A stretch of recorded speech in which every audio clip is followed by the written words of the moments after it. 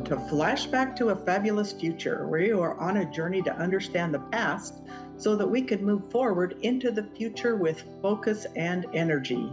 Today, we're going to be talking about consciousness, whether it's just consciousness in our everyday life or conscious leadership, which is one of my favorite topics these days, so I'm sure we'll get into that. But there's so many other aspects of it that I'm sure our guest, Sarah Shepard, can go into in more detail. So without further ado, I'll let her introduce herself and then we'll go from there. Thanks so much, Cheryl. Thanks for having me on the show. I'm so grateful for the opportunity to co-create and share on leadership. I believe actually when we come together and share ideas in this way, we are consciousness embodied, and we're furthering and trailblazing what's possible just by sharing our words and our hearts together. So yeah, thanks for having me. I'm super grateful to be here. My name is Sarah Shepard. Oh my gosh, this is such an evolving experience to kind of introduce myself.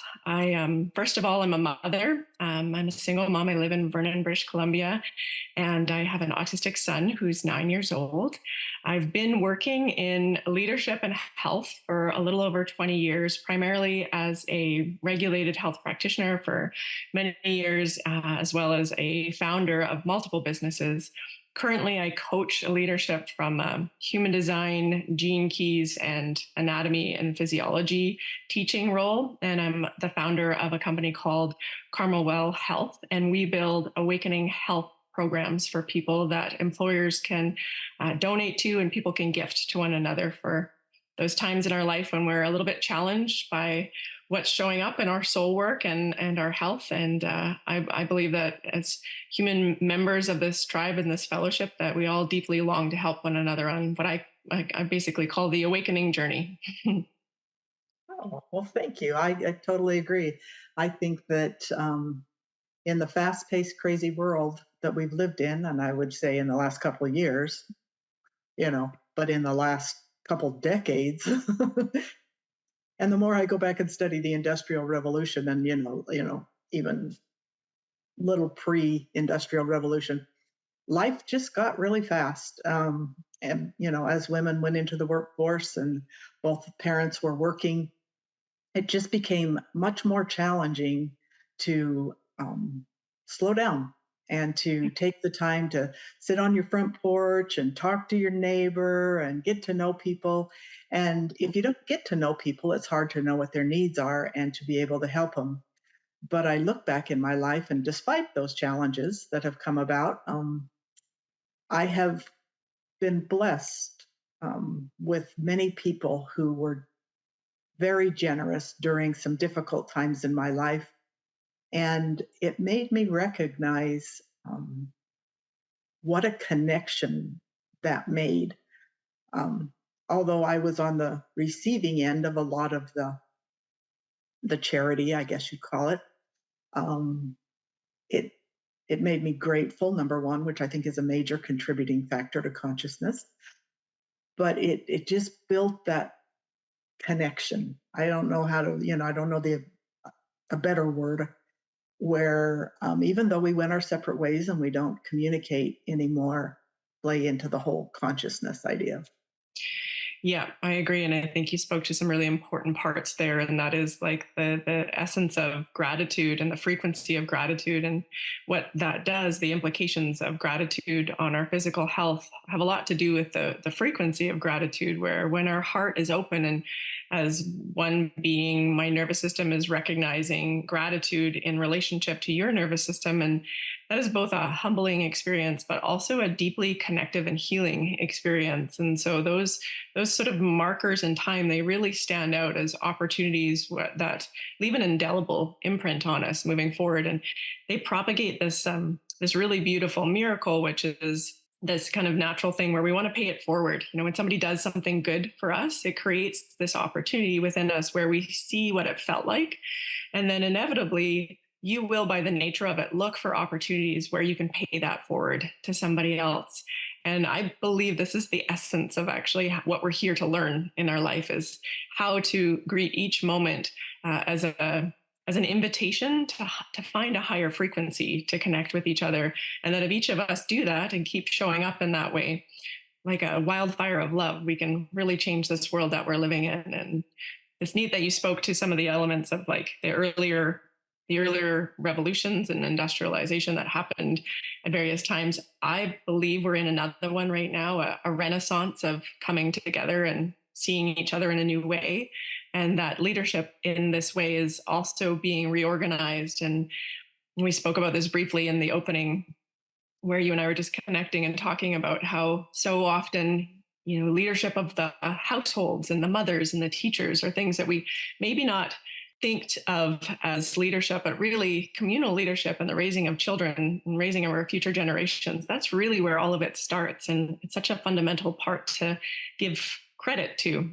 This is where all of us came from. We came from mothers. We had at some point mentorship or teachers. And as we've evolved from those industrial changes where mothers are less in the home and people don't connect in neighborhoods in the same way as they used to, some of those skill sets of us wanting to be interconnected, they're there. We're all still longing to connect our hearts and minds in this way. And so I really feel like mentorship is this lost art that we're all actually longing to have more of. And certainly there's many, many people that have plenty to offer as far as their life skills, and they want to guide and lead in that way. And sometimes they want to be paid for it, but a lot of time people just have a lot of information that they want to be able to share with one another. They want to share in a caring way a healing treatment, or just something as simple as going for a walk, and how profoundly healing that can be is something that I believe shouldn't be overlooked. I agree. I think that it just brings to mind, I don't know why, but the first thing that kind of came to my mind as you were talking is I am also a mother.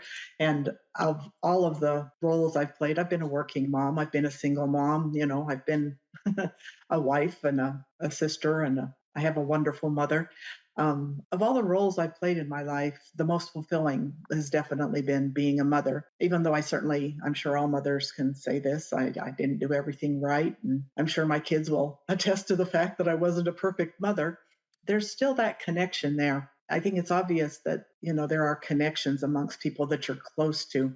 The one thing that jumped out my mind while you were talking was many years ago, my husband and I used to drive back and forth across the United States a lot, or not a lot, once a year or so. And every year we'd take a different path and we'd go off these way off the beaten road kind of thing.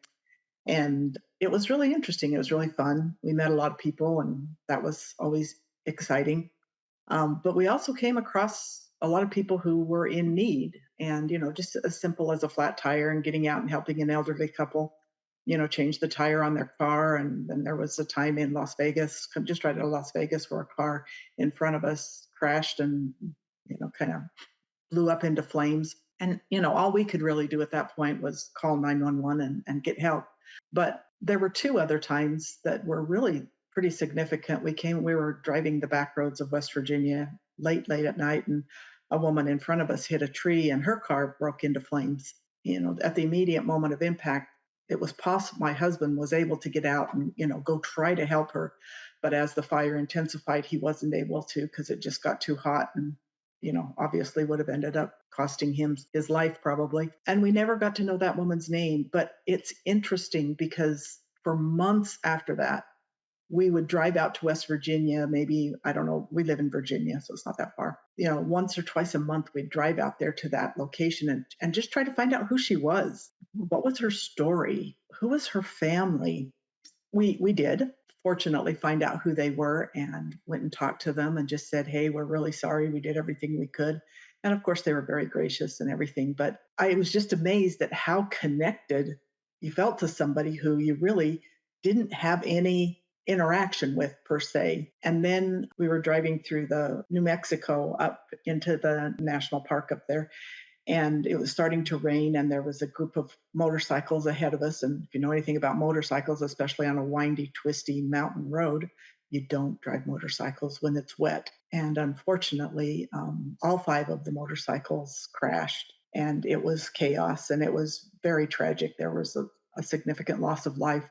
But because everybody that was involved in the accident was so chaotic running around, I just kind of got thrown into what I would consider somewhat of a leadership role. I was kind of like directing traffic and getting things, situated, because it was going to be a long time before rescue vehicles were able to come.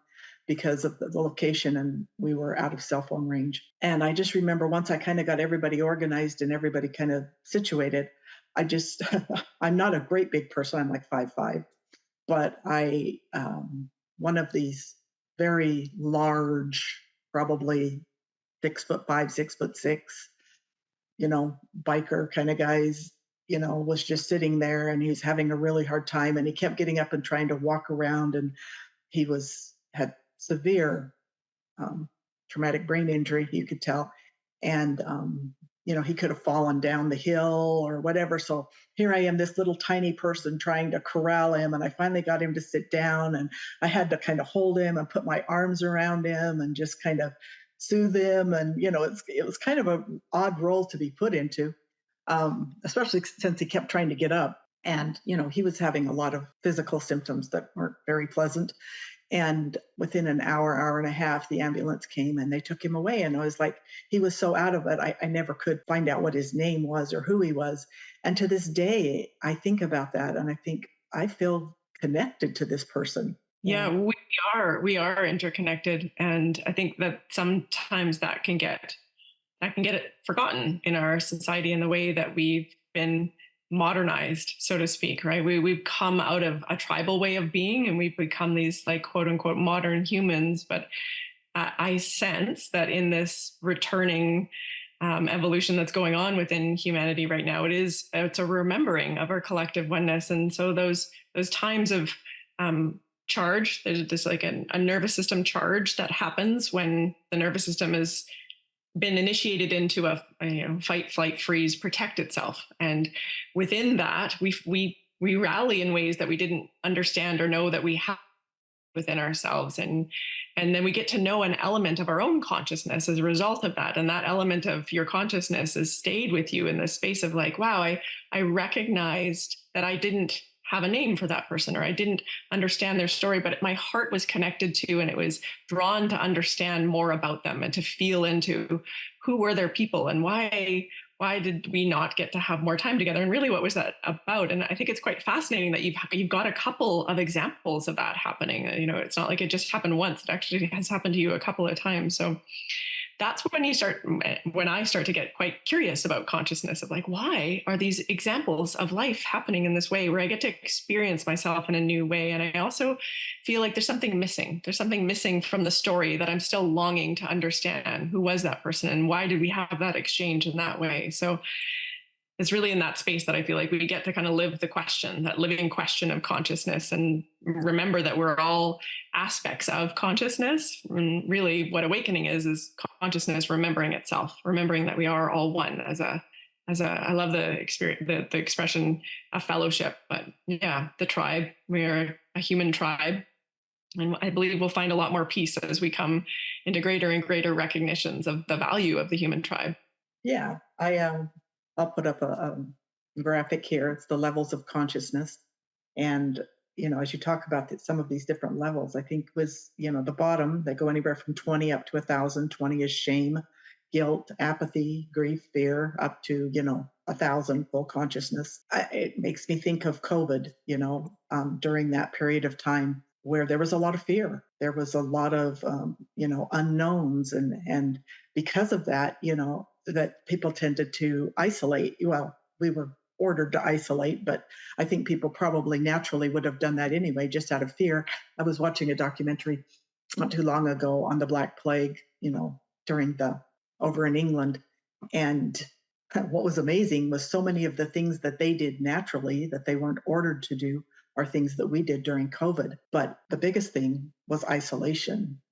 And I think because of that isolation, people have started, like you said, this renaissance. They've started to come back. They've started to say, hey, we don't want to be isolated anymore. As much as our society kind of dictated that we are so busy and so involved in so many different things that we don't really have those kind of connections. I think COVID made people start longing for those connections again. Yeah, there's nothing like taking something completely away from us to make us long for it. I know that whenever I try to do a diet, I might not want to eat sugar, but if you tell me I can't eat sugar, all of a sudden I'm craving cookies all the time. So I Oh, yeah. just feel like I might not like people very much. I'm a bit of a hermit myself, and I love to work and be on my own. But I've spent my most of my career working one on one with people in health, so I attributed that to needing to recharge my batteries, in between. And so when COVID first started, I was thrilled. I was just like, this is great. I don't have to see anybody. I love this so much. But it sure made me come to a recognition and an appreciation of the enrichment that comes from interacting and what we bring to one another. And I grew up going to music festivals and being in spaces where a lot of people were coming together in sort of like a hippie commune kind of way of coming together. And that was my nature. I thought most of my childhood growing up, that was just the way I thought everything should be. And just the idea of, for quite a while there, was like, yeah, we may never be able to do that again. We may never be able to collectively congregate. And I felt like that was such an injustice during that time of that potentiality, knowing the feeling of when people come together and sing a song, at a concert or the anthem, or these different elements of how we feel our hearts opening up, and those frequencies of the oneness coming together, and how that communion is such a sacred experience. And so we did go into a deep appreciation of communion as a result of not being able to come together. And we saw that in magical ways, where people were, really wanting to support one another to get through this hard time and to keep that collective goodwill up. And it was a really challenging time. So it's given us the opportunity to really look at ourselves and go, what matters to me in this expression, and what matters to me is important in evolution. And that's what these levels of consciousness are speaking to, is that there's frequencies that impact the way we see the world. When you're in the lower frequencies, where on your diagram here, those victim abuser consciousnesses that are shame, kind of all the way up to pride, essentially. Courage is where things really start to shift. But that shame, guilt, apathy, grief, fear, desire, anger, pride, they're unconscious experiences. So when we're in fear, our limbic system within our nervous system, that old reptilian brain, it hijacks our consciousness. So we don't have a creative impetus within us. We're running old neural pathways that are there to keep us safe. They were designed and evolved within our nervous system to keep us not touching hot items, or not running off of cliffs, or doing things that would not create propagation of the species, right? They did serve a purpose. But when we're in a reactive or a repressive pattern, we're really in an unconscious part of our nervous system. And so the frequency of our consciousness is in these spaces of not really being open and curious to what's going on and trying to build a new neural pathway, but instead circling around old neural pathways that are quite charged with the fear or the guilt, or these elements that are the hormonal circulation, or the chemistry of that division of the nervous system. And for many people, and this is just to kind of, I'm sharing this as like, it's meant to bring about hope. But the truth is much of humanity is in this victim abuser consciousness. And we're in a time of transition into coming into more and more what's, fourth dimension self-empowerment, where courage, when you shift from that experience of pride of individual and self and me, and recognizing that there's myself and the vanity of protecting my experience. And then there's an opportunity for curiosity. And I would say curiosity is one of the most courageous things we can do. It really leads to new experiences. It really leads to us opening up vistas in our understanding of what's going on. And when we do that, we build new neural pathways. And then the next element of consciousness will start to come in. So neutrality can be this like, oh, maybe I'm right. Maybe I'm wrong. I'm curious and I'm open to what else could be going on in this situation. For many of us, we have a lot of stored trauma. We have a lot of traumatic experiences that are still physically in our body that are governing a lot of our reactions. They're, in fact, affecting us so much that we react and not really respond to a situation. We don't really stay open and curious because it's so uncomfortable and there's so much stored trauma in there that it doesn't seem like it's safe to stay open. It doesn't seem like it's safe for us to do something in that situation that would be giving of ourselves or giving up of something that we feel like we need to fight for or that we're trying to protect. And it's really in these spaces where magical things start to happen physically in our DNA as well as in our co-regulated nervous system. So I have a nervous system, you have a nervous system. When we're within proximity of each other, and even quantum healing's based on this as well, you don't even really need to be in proximity of each other. But what's really kind of fascinating to discover is that my nervous system is seeking to feel your nervous system and understand where you're at, really, because I want to understand if you're a threat to me or not. But at a deeper level, I want to connect and understand how we can build together, how we can create something in the world together. What is your zone of genius and excellence? And what is it that you offer to the world? And the curiosity within my nervous system, once it's established, you're not going to chop off my head. The next thing is like, okay, well, could we build a garden together? Or could we build an art project together or something? And that's creative life force coming through. That's that self-empowerment of like, all right, you're not a threat. Now what's next is the ability for us to bring about our inner wisdom and collaborate together. And collaboration is a much more evolved essence of humanity. And we see it in the plant species and we see it in the animal species all the time, where there's examples of trees will feed other trees that have been cut, right? The root system from one tree will generate a new root that goes over to support the other tree, because there's this collective recognition of life force being necessary, consciousness being necessary. We're all sentient beings. And so what that means is everything has life force within it.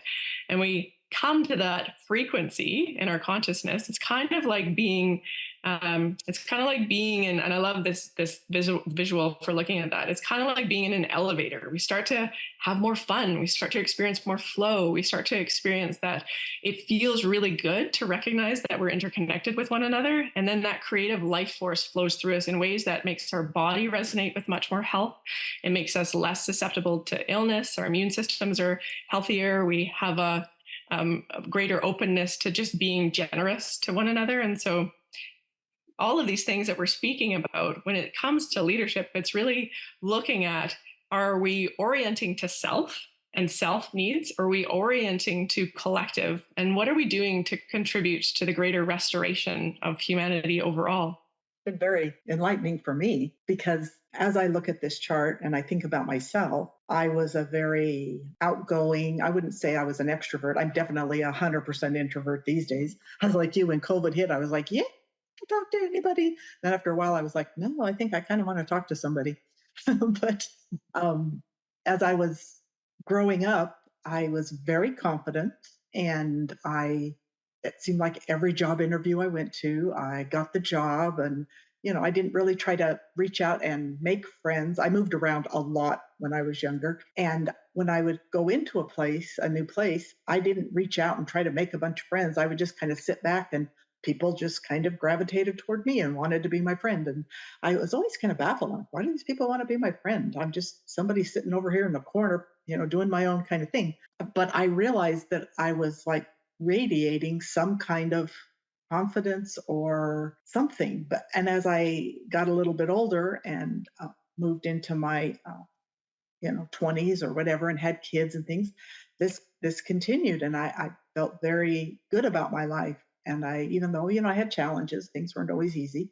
But then I started running into some really difficult situations in my life, and I wasn't having the same level of success. And not only was I not having the same level of success, I was failing. I'm an instructional designer by trade. For 30 years I was an instructional designer, and I wrote this whole program about failure long before failure was a topic of discussion mainstream these days, about why failure is important. And so I was still able to rise above. There came a point where I started having difficulty in my relationships, and I ended up getting divorced, and my kids started going through some really challenging things. And as they grew up, the trauma from those younger experiences really started to have an impact on them, which impacted our relationship. And I just started going down what I consider, to the bottom, were shame, guilt, I mean, all those just like, oh, yeah, that was me. That's me. And then when COVID really threw me for a loop too, even though I enjoyed being in my own little self isolated world, it fed this shame, guilt, fear. And I've noticed because even today I was thinking, I went and did a demo for to be a Zumba instructor. And in the past, I go do Zumba and I have lots of classes and people have liked me. And I did this demo and she came back and said, no, you're just not really what we're looking for. And I thought, wow, what did I do wrong? Um, and it made me start thinking about all of the things that I've done wrong, I guess you'd say, in the last, I don't know, several years of my life. And I've gotten to a point where I don't even really, I know I'm in that bottom level of consciousness, but I don't really want out of it. It's like I'm scared if I come out of it, because every time I've started to come out of it, something comes along and just kind of slaps me and says, no, you don't, just go back down there. I made a joke and it's not a joke, but it's like I live in this deep, dark hole. I feel like sometimes I don't really, but I live in this deep, dark hole. And every time I peek my head out, somebody comes and kicks my head. I'd rather just stay in the bottom of the hole than keep getting my head kicked every time I, peek my head out. And so as I was thinking about this, and then kind of leading down into the leadership role, I do know that during those times in my younger life when I wasn't living in this hole, I was able to just sometimes, I don't, I don't know how to say this, but by my mere presence, I guess you'd say, affect other people in a positive way. And so I think on some level, I was playing a leadership role. And because I was living at these higher levels of consciousness, I was able to affect other people in a positive way. Mhm. Whereas nowadays, I'm having a more difficult time with that because I am living in these lower levels of consciousness. Thank you so much for sharing that authentic, vulnerable experience. Everything that you're sharing to me, I would say, is a perfect example of what's actually considered like the imprint of leadership. So it's not off. Well, sometimes it's spoken about, but essentially, there's people that have an imprint. This is really clear in dogs. Like most animals have a hierarchy where one has an alpha imprint, and there's a cohesion within the pack when the alpha is holding the dominance. It actually creates a softness and a soothing to the nervous systems of the other animals within the pack to know one person's in charge. They've got the alpha imprint. They've got a smell. They've got a noise. There's a way that their body moves that we recognize that this one's got us. And as other alpha pack members start to develop their hormones and start to kind of develop in their bodies and their prowess, there's an imprint for them to test themselves against that, right? Are you still the alpha? Are you still the strongest? And this is there's three different types of leadership imprints. And that one is this imprint of authority. And authority is a physical expression in the body where when people see you or you get up to speak or you go to do whatever it is that is your imprint for, that will be recognized, not in necessarily a cognitive way where people are like, I don't know, it's this that she did, or it's that she did. It can more often than not just be this. I'm not really sure why I like Cheryl for this position, but I have a good intuition for her. That's often how we recognize leaders that have that authoritative way about them. Or sometimes it'll be people that just walk into the room and you'll watch everybody's kind of heads turn to look, not for any reason that you recognize, that it's not like they said anything, and it's not that there's this big ostentatious um, presence about them, but we orient, right? We orient to leadership, and we long to know where the pack leaders are because it actually makes us feel calmer. What you just demonstrated in the way you describe this experience is that I'm going through a phase right now in my leadership where I've been humbled a few times. I thought that I was really good at all these things, and in my earlier life it came more easily to me. But now it doesn't seem like it's easeful in the same way. And so what you're communicating to me is that you're going through a reorganization around that, what that means. And that frequency of consciousness, that victor abuser consciousness, it's an element of our nervous system that's trying to protect ourselves because we're meant to evolve in that phase. We're meant to find a new way of taking care of ourselves, of finding a new tribe, of the places that we're really meant to shine. And sometimes that can be scary because we have to step out of the patterns that we've had for so long, and we have to be not good at something for a little while. So being humbled is a really important essence of being a leader, to be able to fall down and get back up, and then fall down again and then get back up. That level of resilience is necessary in leadership. And sometimes the only way to learn that is to get knocked down so many times that you really start to question, do I want to get up again? Do I want to show up in this way? Because that living question and holding that as the intention of, I'm not sure, but I'm inviting consciousness to work with me on this. I'm inviting some level of like, give me a green light, because I don't trust my senses anymore. The way that I solved problems before is not working for me anymore. So how am I meant to solve problems again? And if you can do that and be in that process for a little while and add in compassion, this is a really important part. There's a necessity for gentleness with ourselves and self-compassion. It's an ingredient that the nervous system needs to rebuild another layer of what's possible in that resilience and that tonus of showing up again. And if we don't have compassion, it doesn't work. We're not able to rebuild a new neural pathway. And I find it's important to name this. As women, it can happen where we can be really great at leadership, and then we go into leadership of the home and we develop a nervous system that is highly attuned to the needs of our children and the needs of our family and the way that the family works. And then a decade or two goes by, and those same skills that we used to have aren't applicable because everything has evolved in that time that we're in our home. Now, we have also developed many skills that translate over, but the esteem gets lost. I'm not sure that I'm going to be any good at being out in the workforce anymore. I'm not sure I'm going to be any good at being able to relate with people in the same way because I've just been relating with my children and doing the same thing over and over again for a long time. So the way that we do that is we connect in this way. We listen to podcasts. We start to develop more friendships with people that have a different way of looking at the world. We expose ourselves, even in going new places for vacations, or going a different way when you drive to somewhere or walk in a new location in our area. That feeds our nervous system and our brain new information. And without us recognizing it, we start to build new neural pathways. And then an opportunity will come along, and there'll be an opportunity for curiosity within that. There'll be this openness of like, maybe this could be my next thing. And so my encouragement is just keep being compassionate with yourself, keep showing up. And you have such an incredible opportunity to explore this with so many of your guests. So you've been really wise in putting yourself in a position to be inspired for those elements too. So great job. Well, thank you. You just keep making me think of so many things because next week, as one of my guests, as the main focus of my podcast is typically, historical inflection points, because I'm a big proponent of looking at history to see, what can we learn from that so that we can move forward without making all the mistakes. I mean, we always hear people say that about history, but I don't think until you really internalize that on a level. I do, what are they called?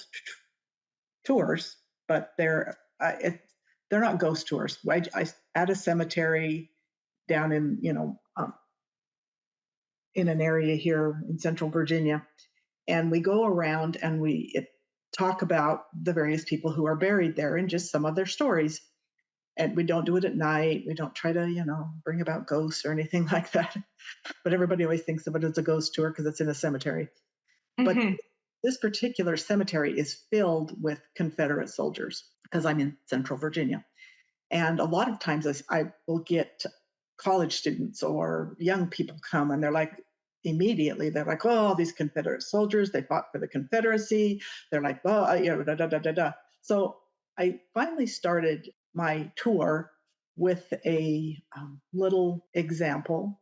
and from my own life, and also a little challenge to them to put yourself in their shoes. Consider what their life was like at the time. Consider what prompted them to do the things they did. Instead of judging them, let's just try to understand them. And as a tour guide, you're used to being the one that does the majority of the talking. But I try to get people to engage and say, okay, now we've met this person. And this one of the people on the tour, he embodied racism. He really did. But it's like, instead of, labeling him a racist, and somebody had spray painted, he had a much bigger, not a headstone, but a pointed tower. Tombstone? Yeah, tower. Oh, yeah. And they took red spray paint and painted racist on there, and the city came and cleaned it up. But I just try to get people to understand where he was coming from. I'm not asking that you have to agree with him. I'm just asking that you understand him. And next week in my podcast, I interview somebody specifically. I specifically picked somebody who's on the different political spectrum than I am. But in my conversations with him, I can tell that there's a lot that we have in common.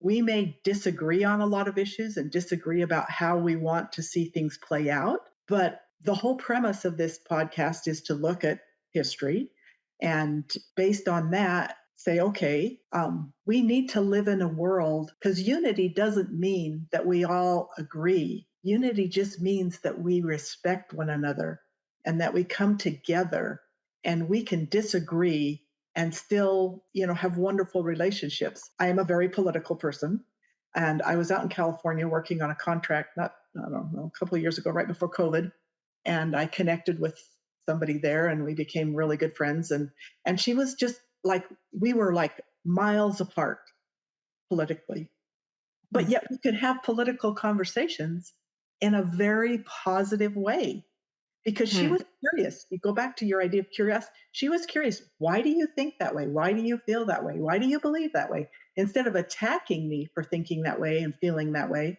she was curious. And that's Hmm.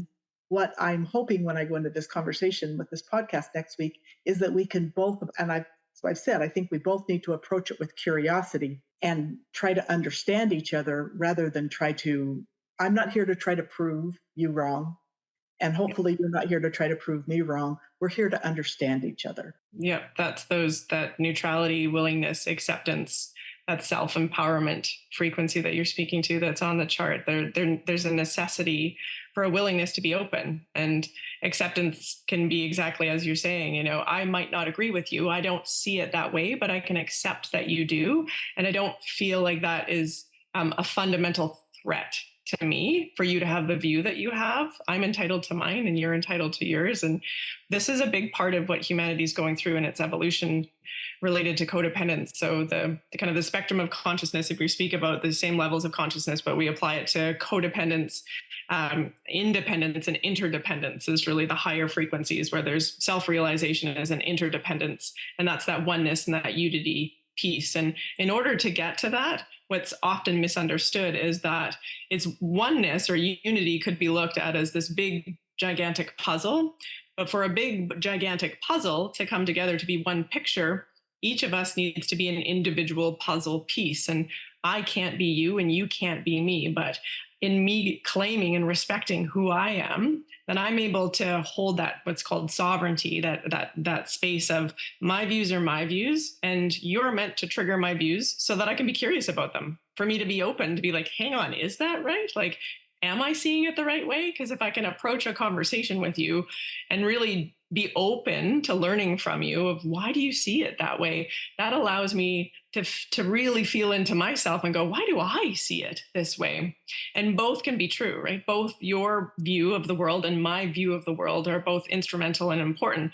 But the basis of codependence is that I need you to be okay for me to be okay. It's if you, then I. If you ever catch yourself in that sentence of thought where it's like, well, if this person behaves this way, then I'm going to behave this way. there's an invitation there for you to come into like, well, who are you in this? What is it you're believing is true for yourself? And really acknowledging that that is right for you. It can evolve into something else, but in that moment there's a necessity for each of us to claim ourselves.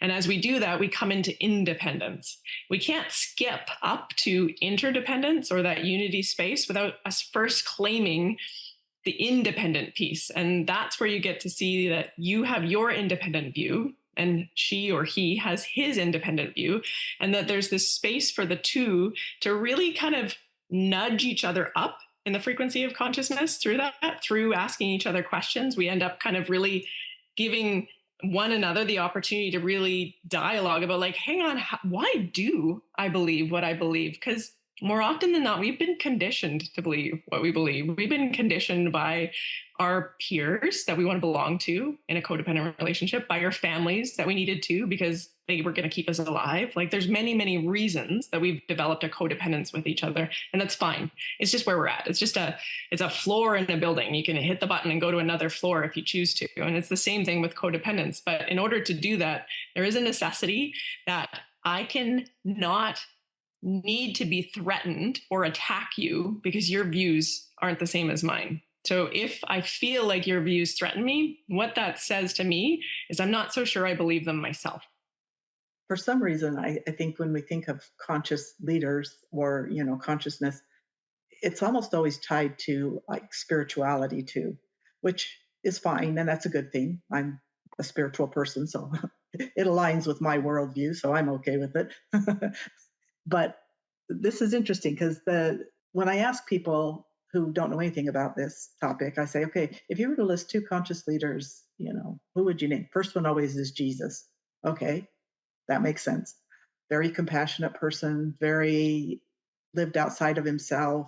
Everything was about, those that he taught, whether you see him as, the savior of the world or just a person who lived a good life and had a good example for the rest of us to follow.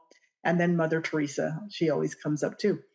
But both of those lend themselves to spiritual leadership, and that people want to follow them just because of the essence of who they are. You can just feel that they care. You can just feel that they want, to help you or improve your station in life. And to me, that's really what a conscious leader is about. Is you know, I don't, and it would. This is why it's so hard to define what it is, and you can't. It's hard to teach a class on conscious leadership because how did Jesus do it? How did Mother Teresa do it? Well, I'm going to give you an example of somebody who wasn't spiritual at all, who was probably one of the what I consider one of the most conscious leaders in my lifetime. And I was in high school. Like I said, I've always been a very political person, and I was living in Wyoming right before my freshman year of high school, and I went back east and I did all of these historical tours. And I just, oh my gosh, I was like, I just fell in love with all of these people, all these dead people. I could, and even to this day, that's why I do historical tours down in Charlottesville and stuff, is because I live by Thomas Jefferson's and James Madison's house. And I can just feel their spirit when I'm there. And I can just feel the spirit of these people. And so I went back and I was all excited. I had to take a US government class, and I get into this US government class, and my teacher is like, oh, these founding fathers were terrible people, and these are all the horrible, terrible things they did. And I was like, whoa, whoa, whoa, whoa, wait a minute. This doesn't align with what I just experienced. But rather than try to convince me of his belief, he was curious. He's like, okay, what makes you feel that way? And I told him, and he's like, oh, okay, well, that makes sense. Well, I was a freshman in high school at the time. And he's like, if that's the way you believe, then I'm going to teach you, because he's my teacher, my leader. I'm going to teach you how to support what you believe. And I want to teach you how to do research. I want to teach you how to, and in the process, I learned a lot. And I learned, well, yeah, what he said is true. These people weren't perfect. I put them up on a pedestal here like they never did anything wrong.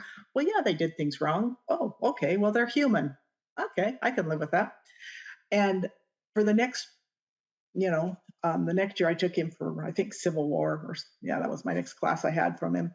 And then my junior and senior year, I was his aide. And he's like, no, no, no, you're not just going to grade papers and put, you know, record the scores. He says, every semester, you're going to have to do a research paper. And the main focus was always this research paper that I had to do. And he'd give me the topic. I didn't get to pick it.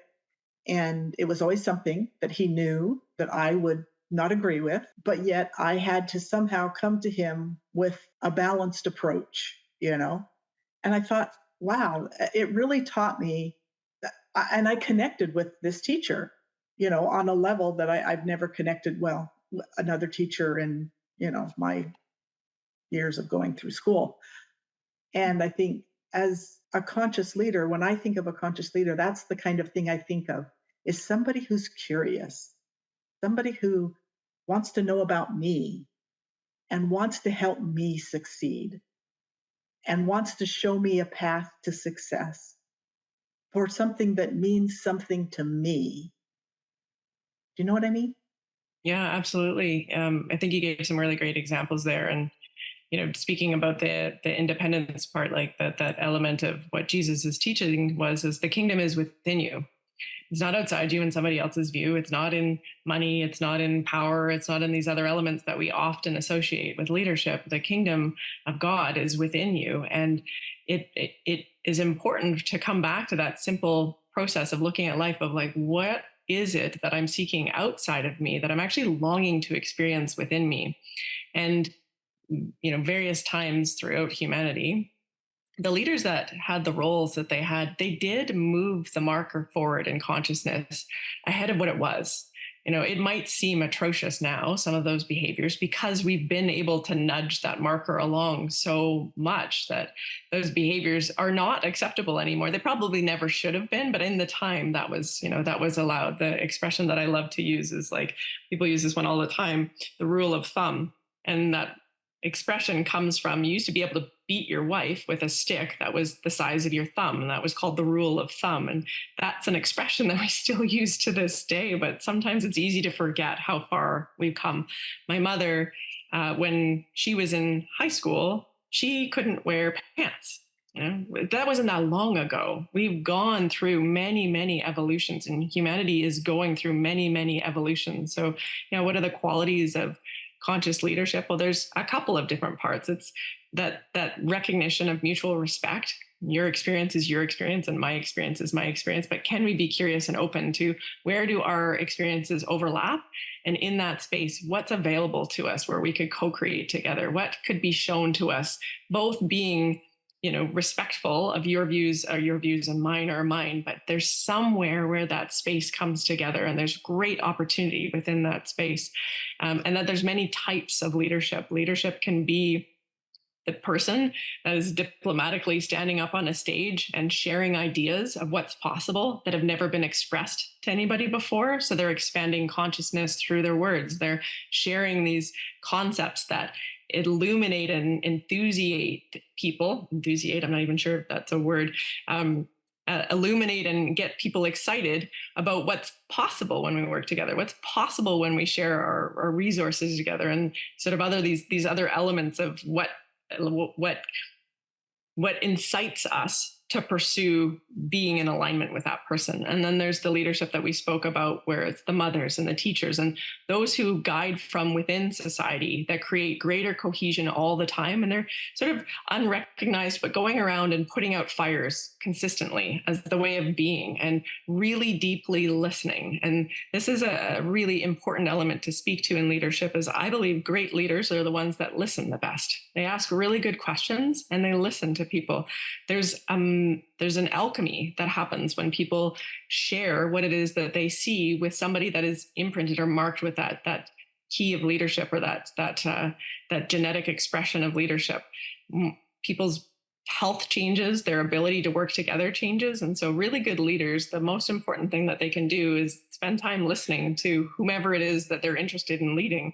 Yes, we could talk for hours because I could just keep triggering things in my mind. And in that same contract I was working with in California, um, my it's interesting because I was a contractor and my boss was a contractor, and he was actually the executive coach to the head of our department. And it didn't take me very long to figure out why our, I mean, I think every leader could use an executive coach. I think that's a great idea, but he really needed one. Um, you mentioned that your son has autism, and he definitely has Asperger's, autism, something. He really struggles to relate to people. He can't read people. He can't read the room. Brilliant, brilliant person when it comes to IQ, but EQ. Ooh, Yeah. he, he needs some help, right? Well, technically, my boss was this person, but I was so grateful that I had this other person, this other contractor who was, I considered my boss, to be an intermediary, because he's like, no, yeah, here, everything go through me, go through me, go through me. I'm like, okay, whatever. When I was first there, it's like, yeah, that's great. But I was there for, oh, I don't know, a year and a half, which is a long time for a contract job, actually. And they hired me as an instructional designer. And come to find out, they didn't really need any instructional design because this head of the department couldn't quite make up his mind what he wanted for training. So my boss really liked me. And he's like, so how about you do these other things, these other tasks like data analysis and UX, UI design? I'm like, I have no experience with that. He goes, yeah, but you're brilliant. So we'll throw you in there. You can do it. I'm like, oh, but I had a level of trust. And I think that trust is so important. I knew that he had confidence in me. And I knew that when I went to him and I said, and he'd give me an Excel spreadsheet and say, you need to do X, Y, and Z with it. And I'd come back and I'd give him A, B, and C. And he'd be like, ooh, we're kind of worlds apart here. But he's like, let me show you. Let me show you how to take this and change it. And then at one point, he had me mentoring some of the student interns. And I'm like, oh, that's another one out of my out of my comfort zone. But the whole time I was there, no matter what I did, quote, wrong, I felt comfortable going to him. Even if I knew that whatever he assigned me, that I hadn't done it correctly or it was just not complete or whatever, I always felt comfortable going to him and saying, oh, these students are driving me crazy. What do I do with them? Or I know I didn't get the spreadsheet right, because he was there to help me fulfill my potential. It wasn't about him. It Yeah. wasn't about making, this department great, which, in the end it does. But that trust, that level of trust was so important. And I Mhm. look at him to this day as one of the best bosses I ever had, simply because he put faith in me. Yeah. And then even when I didn't do things right, he still had trust in me. Yeah, the empowering other people to be greater than they are is like one of the greatest markings of leadership, is that they can see something as your potential and then really nurture you into that potential through that trust, like you were saying, as well as speaking to what's possible. And there's really cool studies about this with teachers where they found that a projection of what you believe is possible from somebody affects their capacity to show up in whatever role that is. So if you expect somebody to do a poor job, that expectation, that projection on that person will actually make them be. And if you expect them to do something, reasonable but well, and anticipate that they're going to do it well, their whole body orients to that. It makes them believe in it themselves. And so some of the studies that they did was they gave bios to teachers where it was like, this is Sally, and Sally is a really poor student, and she comes from a bad family, and she's going to be a real pain in your butt this year. Sorry. And this is Jonah, and Jonah's a great student, and he comes from a really good family, and he's really shown himself to be really lovely to work with. And then those children were actually the reverse of that. So Jonah was a really bad boy and Sally was a really good girl, but that was reflected in their grades. They actually started to behave in the way that their teacher anticipated them to. And so we don't always recognize that our assumptions about people are impacting their capacity to thrive and do well. And this is important to consider, that giving people what they need to thrive is a big part of management, but really helping people understand what's possible within themselves is leadership. And there's a big difference for that. We need the tools to thrive. Absolutely. We need to be able to have the basic, pens, pencils, or projectors or software or whatever it is to do the job. But somebody speaking to what's possible, giving us a clear vision of what their expectation is, and then really nurturing and coaching us into that is truly what I see leadership as. Yeah, makes me think of mothers. Um, when Yeah. mo- when mothers look at their children and they can see what nobody else can see, it really Yeah. helps that child rise above. And I think, to me, if I were to think of the most conscious leader throughout all of history, it would be a mother.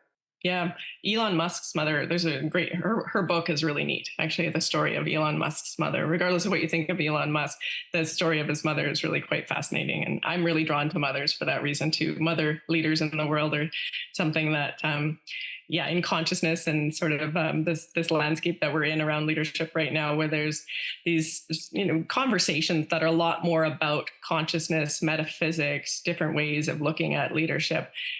Divine feminine is this term that's talked about quite a bit. Is this patriarchy is falling in the way that we've known systems, and what's shifting is kind of this changing of the guard, where women are coming in as leaders now, and they have a different way of doing things, and it is more collaborative, more cohesive, more kind of like, really, how are we impacting each other with all of the decisions we make? How is our integrity as an embodiment affecting not just our teams, but the family members of our teams and the children of our teams? And how is that affecting future leaders that are being raised by those family members? And so there's a lot of I suppose a dilation of the view that comes from the way women look at things.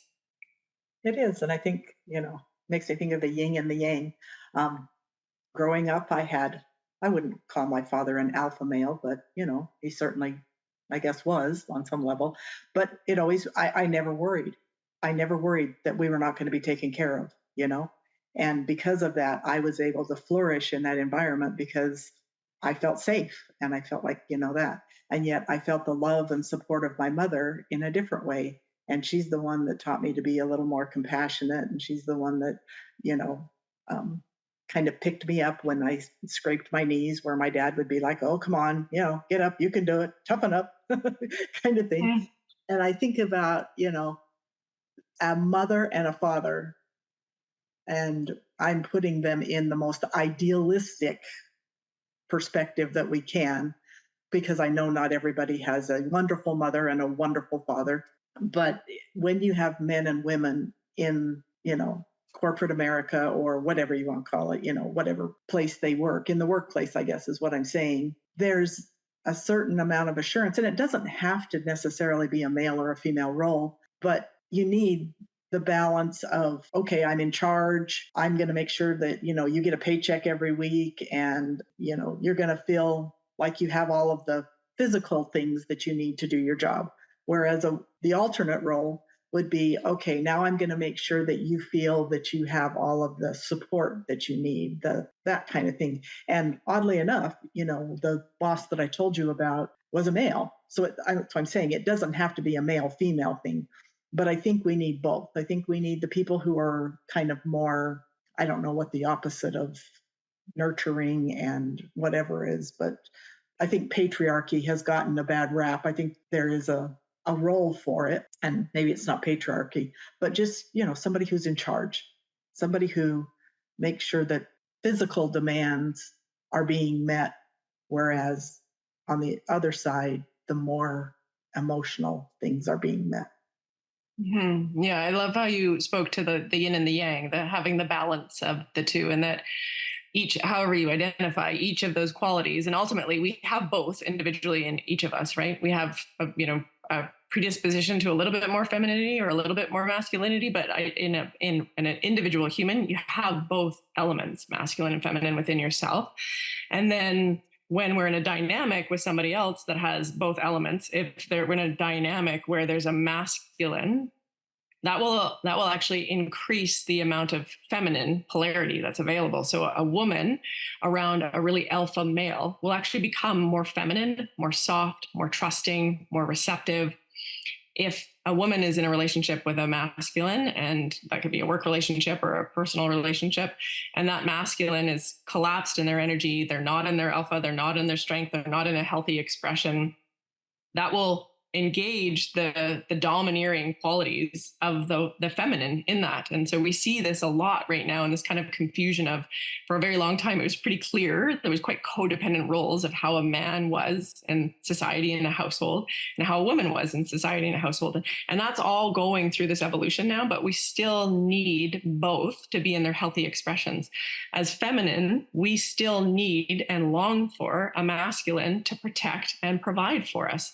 And ultimately, that's not that we need to have somebody protecting and providing for us, but when there is that dynamic, what comes through is art, education, balance, beauty, symmetry. That's the nature of feminine, to bring about those qualities, right? When a masculine is with a healthy feminine that is in her creative essence of life force and trust and beauty, she feeds the masculine by sending lots of love in his direction. Thank you for protecting me. Thank you for making me feel safe. Thank you for giving me a space where I know boundary of myself so that that creative life force can come through. That's very different than being dominated by a masculine. That would be what I would call kind of like the healthy expression of the masculine versus the domineering patriarchal idea. So the refinement around what we see in each of those is important. There's a healthy, mature expression where somebody that is in their masculine, that has done their inner child work, that has done their shadow work, that has really come to a space where they're holding clear boundaries. They understand the linear way of being that a masculine brings so well, right? There's a real constructiveness that a masculine essence brings that allows the feminine essence to be really creative and liberal in the way that they see the world. And an unhealthy feminine will be going around setting fires trying to get attention because she's hurt and she's wounded about these things that happened to her, and she's longing to heal those. She doesn't know how to ask for what she needs because she's actually seeking boundary from the masculine. And so it's really a beautiful way to kind of have conversations about what does a healthy expression of a mature feminine look like in leadership, as well as what does a healthy expression of a masculine look like in leadership. And again, I come back to the space of we are meant to work together. We're meant to be interdependent and not codependent. So within that, there's a you're stronger. You would be better at picking up this heavy thing. It's not that I can't, but it's actually something you would do really well. Please help me with this, and vice versa.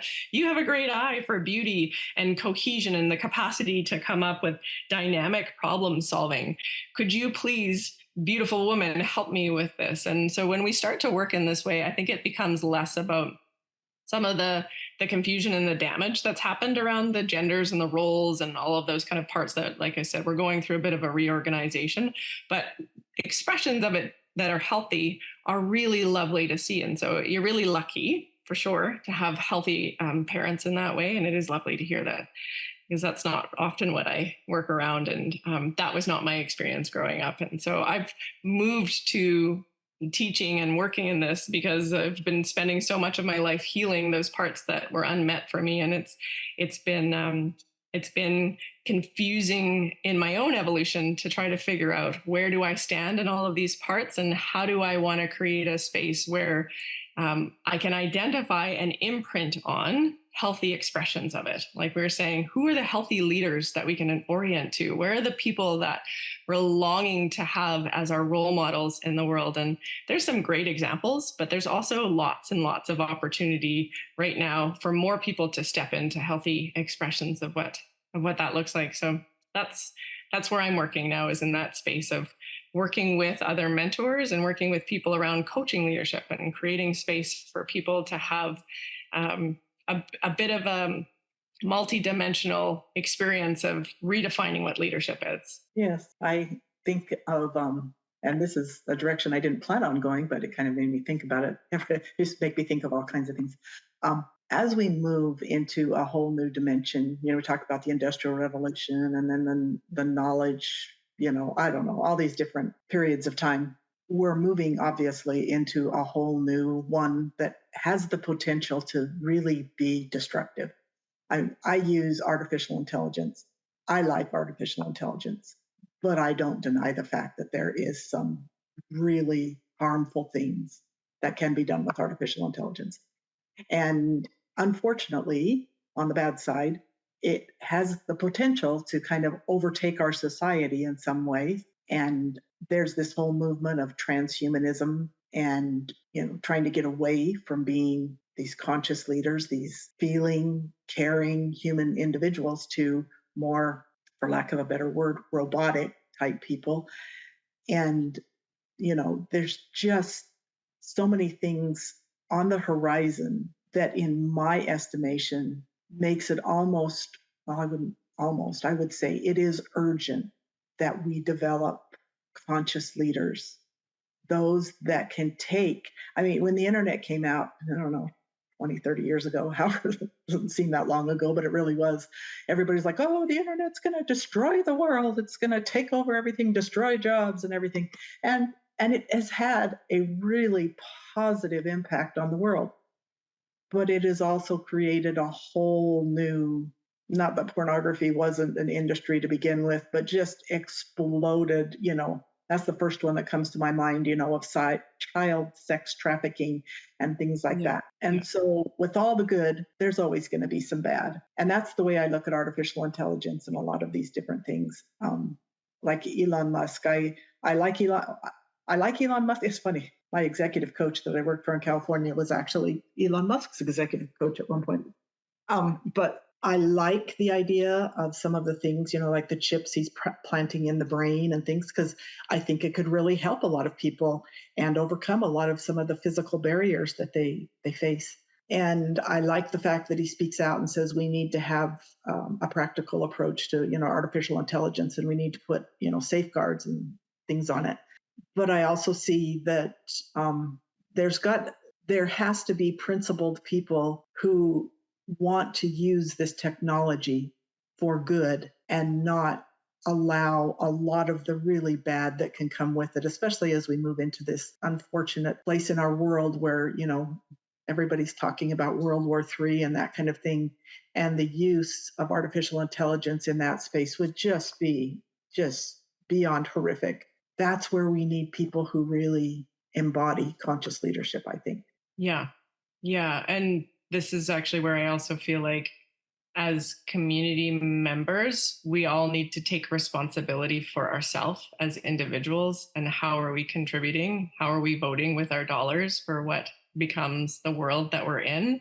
And um, that is meant to be an empowering directive. It's meant to be a thing of like, stay curious, ask questions, and notice what you're choosing. Notice what you're choosing in life. I have fallen in love with using ChatGPT. It's just such a fun thing for me. I'm like, if I'm working on a little project and I'm like longing to understand how to organize myself in it, I'm a highly creative person, and so I can give chat gpt my highly creative idea and say, now put this into an action list for me so that I can organize myself to achieve these things in 4 hours, and it will do that for me in 3 seconds. And I just feel like that's magic. I just think this is the coolest thing.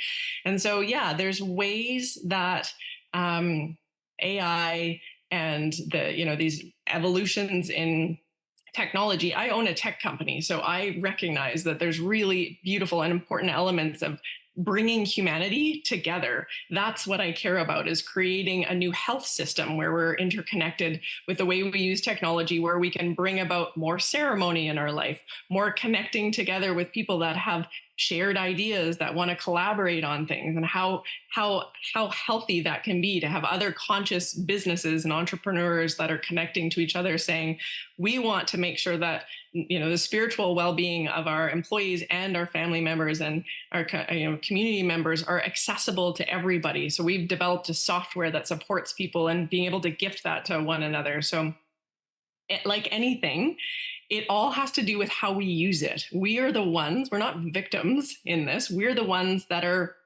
voting for or choosing all of these elements. And so what are you choosing? And if you're raising your hands up in the air and just kind of going like, oh gosh, this world has just evolved past something that I understand anymore. Well, then find something that you do understand that you can recognize, like, how does that play a role, and stay curious, like follow that path. How does that play a role? When you look at things like the Holocaust and times in the past where really, extreme atrocities have happened, and we look at that and we go, we can never have that happen again. But I find it so interesting that a human life is roughly 100 years, and how quickly we forget how things can happen again. And I think it has a little bit to do with that side of, like, we only live about 100 years. And so something that was really, really bad fails to feel really, really bad 100 years ago. It's easy to write it off of like, oh, that was a long time ago. I don't have an experience of that in my life. But I would argue you do. We all have in our epigenetic imprint all of these traumas that are longing to be looked at again within us, and then chosen. Am I going to choose to replicate that way for humanity to be in the world? And if we're not choosing consciously, we are choosing unconsciously. If you don't know what you're voting for and you don't know what you're standing for, somebody will tell you. So that's my guidance on that. Well, I think that's the perfect summary, the perfect embodiment of what we were talking about. And it brings us to a good close here, I think. And I'm very interested in the work that you're doing, and I'm sure many in the audience will be too. So if you could share, if you don't mind sharing, your how to get in touch with you, what your websites are, just anything that we can, and I'll put it in the notes so that people can Mm. reach out to you if they want to learn more. Thanks, Cheryl. Yeah, a couple of things if you're interested in leadership, and I imagine if you're listening to this podcast, that's something that's perked your interest. I teach a program called Liberated Leadership with a dear friend of mine, Chris Dykes, who's really, really phenomenal leader as well. It's based a little bit on the Gene Keys. I'm not sure if you've heard of the Gene Keys. Author Richard Rudd wrote this incredible book about all these different mystical traditions all coming together in this way that imprints our genetic expression. And it allows us to have these great conversations around what is affecting our choices and what are we choosing, and then how do we really want to claim that part of us that is our inherent individual expression. So coming to teaching people, don't be a leader like other people are a leader, be a leader like you're a leader. And then there's this effortless grace and ease that comes out of that experience where you're not trying to be somebody else. It's really an empowerment of coming home to yourself. So we're running a version of that in January for 3 months. And if people are interested in looking that up, they can look me up on my website is goldenguidance.online. And then my software company, Karma Health, is really interested in practitioners as well as entrepreneurs that are looking for ways to support their employees with alternative health benefits programs. So that's something where people are curious. They can reach out to me from that site, and it's karmawellhealth.ca. Oh, that sounds interesting. Well, thank you. Thank you for taking your time to talk with me today. And I'll get that information in the notes and get this up, and I'll send you a link when it's published. Thanks again, Cheryl. It was a lovely conversation.